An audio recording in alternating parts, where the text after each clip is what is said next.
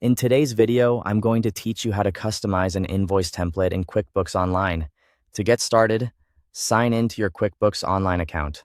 Once you're in, you'll be ready to access the invoice area where all of the customization options are available.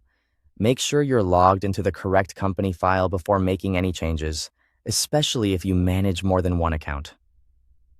Next, go to Sales and open an existing invoice, or create a new one if that's easier for you.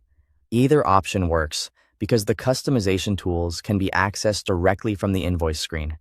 If you're using an existing invoice, just be careful not to change any important customer details unless that's part of what you intend to update. Once the invoice is open, look over to the right side panel and click Customization. This is where QuickBooks groups the settings that control how your invoice looks and what information appears on it. Opening this section gives you access to the main options you'll need for personalizing your template. From there, edit the invoice settings by adjusting the fields and information you want to display. For example, this is where you can choose what details are visible to your customer and make sure the invoice includes the information that matters most for your business. It's a good idea to keep the layout clear and professional so the invoice is easy for customers to read. After that, open payment options and choose the payment methods you want your customers to use. This step is important because it helps streamline the payment process and gives customers convenient ways to pay you.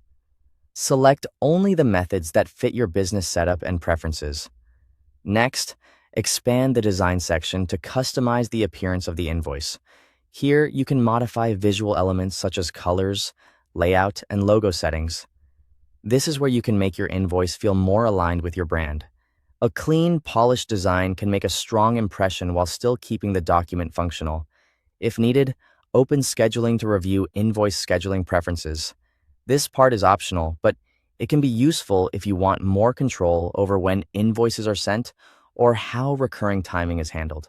Before finishing, preview the invoice carefully to make sure everything looks the way you want. Check the formatting, confirm the right details are showing, and make sure the design looks professional on the final version.